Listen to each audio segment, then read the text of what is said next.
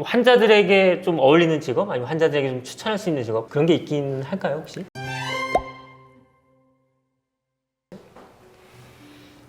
네, 안녕하세요. 저는 대한조현병학회 홍보의사 이정성입니다. 조현병 바로 알기 벌써 3번째 시간입니다. 조현병의 심리사회적 치료와 복지제도가 어떤 것이 있는지 전남대병원의 김성환 대한조현병학회 정신보건 의사를 모시고 한번 말씀드리도록 하겠습니다. 심리사회적 치료라고 하면 혹시 어떤 것들이 있는지 좀 말씀해 주시면 좋을 것 같습니다. 조현병 치료는 약물 치료가 가장 중요한 치료 방법이 됩니다. 가장 효과적이고 약물 치료 없이 조현병이 회복되기는 어렵습니다. 그런데 약물 치료만 하는 경우보다 심리사회적 치료를 함께 하는 경우 회복 후 경과가 더 좋다라는 보고들이 있습니다. 약물 치료는 조현병의 다양한 증상들을 개선하고 줄여주는 효과가 있다라고 하면, 심리사회적 치료는 조현병 환자분들이 겪고 있는 결핍 증상들을 회복해주는, 채워주는 그런 효과가 있다라고 할 수 있겠습니다. 심리사회적 치료를 함께 하면 약물 치료의 효과를 극대화할 수 있고 전체적인 조현병 치료 경과를 개선할 수 있다라고 말씀드릴 수 있습니다. 그러면 심리사회적 치료라고 하면 우리가 흔히 뭐 상담센터에서 하는 상담 이런 거하고는 좀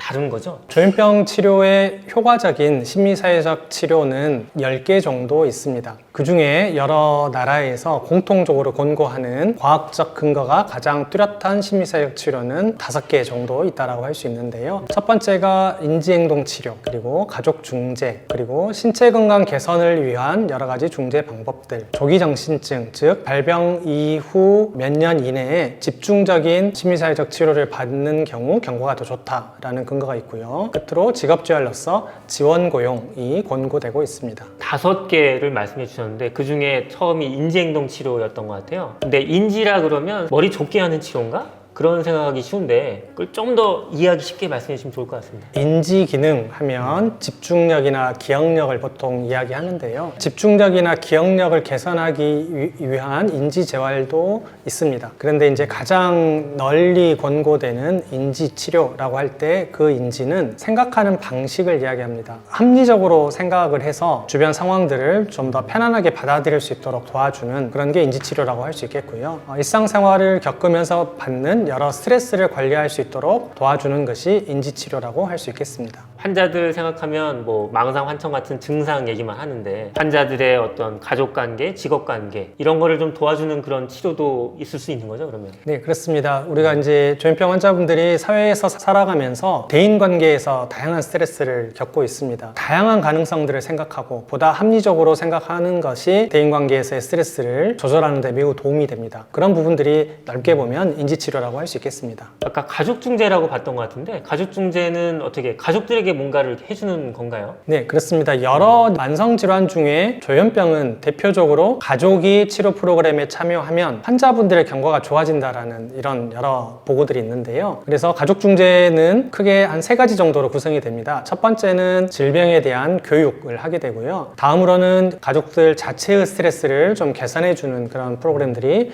포함되는 경우가 많습니다. 끝으로 의사소통 훈련을 하게 되는데요. 발병하기 전에는 가족 간의 목소리를 높일 수도 있고 행동을 지적할 수도 있고 그건 어느 가정이나 다 있을 수 있는데 조현병이 발병한 이후에는 그런 사소한 자극에도 환자분들이 되게 큰 스트레스를 받게 됩니다. 발병한 이후에 가족과 환자분이 어떻게 의사소통을 하는 것이 환자분에게 스트레스를 덜 주고 회복하는 데 도움을 줄 수 있는지 그런 의사소통 훈련을 하는 것이 가족중재의 한 가지 방법이고, 이런 의사소통 훈련을 하고 나면 가족뿐만 아니라 환자들의 경과가 매우 좋아진다라는 보고들이 있습니다. 환자가 혹시 스스로 좀 스트레스 관리를 할 수 있는 그런 방법들이 있을까요? 어떻게 생각하느냐가 상당히 중요한 것 같습니다. 우리가 살다 보면 스트레스 없이 살기는 매우 어렵죠. 그런데 그런 상황들을 내가 어떻게 바라보고 어떻게 생각하느냐가 상당히 중요한 것 같고요. 두 번째로는 무엇보다 기본에 충실한 게 중요한 것 같습니다. 잘 자고 잘 먹고 잘 움직이고 이런 것들이 또 역설적으로 스트레스를 줄여줄 수 있는 방법이 되기 때문에 규칙적인 생활 패턴을 유지하는 것도 스트레스 관리에 매우 중요할 것 같습니다. 지원고용 지원고용이라는 것도 말씀해 주셨어요. 네. 그것도 한번 설명해 주시면 좋을 것 같습니다. 지원고용이라고 하면 여러 직업 지원 방법 중에 한 가지인데요. 지원고용 과정을 겪게 되면 이후 독립적인 직업 활동을 할 가능성이 매우 올라간다라는 보고들이 있습니다. 통상적인 직업 활동 이전에 파트타임이라든가 또는 시간을 조금 줄여서 일을 먼저 하는 과정을 겪게 되면 그 과정을 통해서 직업 기능이 매우 향상되게 되고 이후 독립적인 직업 활동을 할 수 있는 가능성이 올라갈 수 있겠습니다. 어떤 분들 생각하시기에는 조현병 환자들 스트레스 받으면 안 된다 얘기를 하시는데 이 사람들 일하라고 떠밀면은 스트레스 받아서 병이 더 생기는 거 아니야 이런 생각하시는 분 많거든요. 일을 하라고 너무 압박을 주게 되면 그리고 너무 큰 기대를 하게 되면 그 자체가 스트레스가 돼서 악화를 시킬 수도 있습니다. 지원고용에 대해서 국제적으로 여러 연구들이 이루어졌는데 지원고용 과정을 거친다라고 해서 스트레스로 경과가 악화된다라는 근거는 없습니다. 그렇기 때문에 가급적 빠르게 직업활동을 시작하는 것이 기능의 저하를 예방할 수 있는 좋은 방법이다라고 알려져 있습니다. 좀 환자들에게 좀 어울리는 직업 아니면 환자들에게 좀 추천할 수 있는 직업 그런 게 있긴 할까요 혹시? 지원고용의 여러 원칙 중에 직업을 선택하는 기준은 환자분들의 욕구에 맞춰서 하게 됩니다. 본인이 희망하는 어떤 직업이 있다면 그 직업 기회를 탐색해서 시작해보는 것이 중요할 것 같습니다. 조현병 환자분들에게 이런 직업이 좋다, 이런 직업이 좋지 않다라고 딱 잘라서 이야기하기는 쉽지 않을 것 같고 어떤 직업이든 모두가 다 열려있다라고 할 수 있겠습니다. 환자분들이 일을 하면서 좀 주의할 부분 좀 그런 게 있을까요 혹시? 우선 너무 오랫동안 직업을 구하기 위한 과정을 갖는 것을 피하도록 저는 권고를 많이 합니다. 청년 시기에 조현병이 많이 생기고 처음에 이제 미래에 대해서 많이 걱정을 하거든요. 이제 공무원 시험 공부를 한다고 몇 년씩 이렇게 공부를 하는 경우가 있습니다. 사실은 그 공부하는 과정을 통해서 악화되시는 분들이 일을 하면서 악화되시는 분들보다 훨씬 많은 것 같습니다. 공무원 시험을 보고 싶다라고 하면 저는 딱 한 번 정도만 아쉬우니까 보고 안 되면 세상에는 정말 많은 직업들이 있기 때문에 직업 활동 하고 직업을 갖기 어려우면 아르바이트부터라도 시작해서 일단 일을 해보도록 권고를 하고 있습니다. 그렇게 해서 일을 시작하면 처음에 한두 달 되게 힘들어하는 경우가 많습니다. 근데 그 한두 달 하다가 너무 힘들어서 못하겠어요 라고 이제 사표를 내는 경우가 있는데 이때 주변 사람들하고 잘 대화하고 전문가들의 도움을 좀 받아서 그 고비를 넘기는 게 중요한 것 같고요. 그 고비를 넘어가면 언제 그랬냐는 듯이 굉장히 안정적으로 일을 하고 점점 더 기능이나 행복 지수가 올라가는 것을 볼 수 있습니다. 정리하면 직업을 준비하는 과정을 길게 가지 않는 게 좋겠다. 그리고 일단 일을 시작하는 게 좋은데 처음 한두 달 고비를 잘 넘기는 것이 중요하고 그 고비를 넘어가면 안정적으로 일을 할 가능성이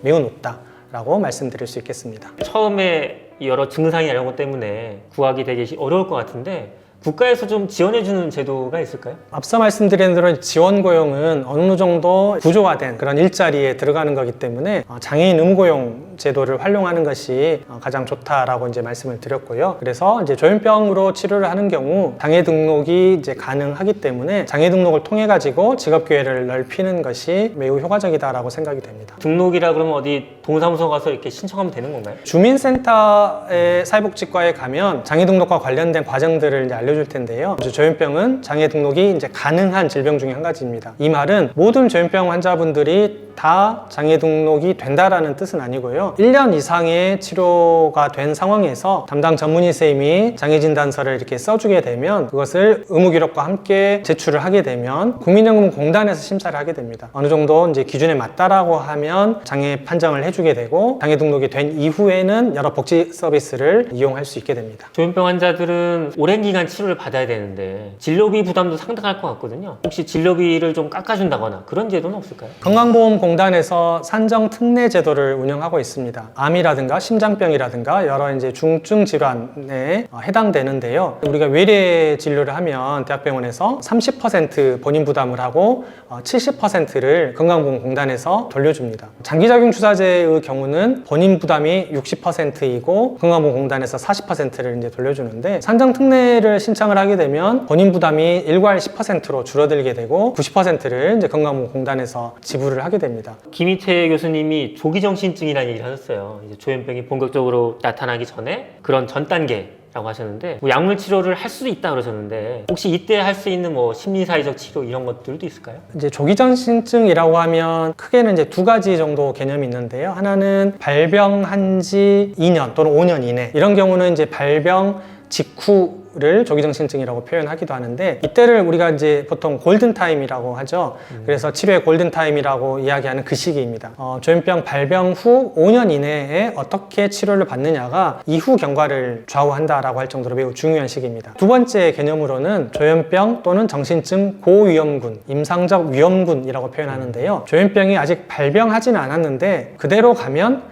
발병할 가능성이 상당히 높겠다라고 추정이 되는 어떤 상태를 이야기를 합니다. 그런데 이때 예방을 하는 것은 꼭 약을 복용하지 않더라도 인지치료를 하거나 가족중재를 하거나 항정시병 약물이 아니더라도 오메가3라든가 다른 항염증, 항산화 약물을 통해 가지고도 예방이 될 수 있다는 여러 연구들이 진행이 되고 있어서 조현병 발병까지는 아니어도 그런 비슷한 어려움을 겪고 있는 경우는 전문가를 꼭 만나서 어떤 도움을 받을 수 있는지를 상의해 보는 것이 좋을 것 같습니다. 아니 또 그 교수님께서 청년들만을 대상으로 한 센터 운영하고 계신다고 들었거든요. 또 한번 소개해 주시면 좋을 것 같아요. 전국의 시군구에 정신건강복지센터가 있는데요. 일부 청년 서비스를 제공을 하고 있습니다. 앞서 말씀드린 대로 조현병은 발병 직후 수년 이내에 어떻게 치료를 하느냐가 매우 중요하기 때문입니다. 보건복지부에서도 청년 정신건강센터를 운영하고 있고요. 광주광역시에서 2016년도에 마인드링크라는 이름으로 조기중재센터를 가장 먼저 시작을 했습니다. 그리고 그것이 2020년, 21년이 되면서 전국으로 지금 확산이 되고 있고요. 그래서 뭐 충남 아산 마인드링크, 대전 마인드링크, 제주 마인드링크, 순천 마인드링크 이런 것처럼 각 지역의 마인드링크 또는 청년 마음건강센터라는 이름으로 서비스가 제공이 되고 있습니다. 지금까지 조현병의 정신사회적 치료와 우리 복지제도에 대해서 김성환 교수님과 함께 잘 알아봤습니다. 저희 그냥 편견과 달리 조현병 환자들도 독립적 생활을 하고 웬만하면 직업을 가지고 일하는 게 좋겠다라는 게 참 인상적이었습니다. 예, 그럼 오늘 여기까지고요. 다음 시간에 다시 찾아뵙겠습니다. 지금까지 영상이 도움되셨다면 신경정신의학회 채널 좋아요, 구독, 알림 설정 부탁드리겠습니다. 네, 감사합니다.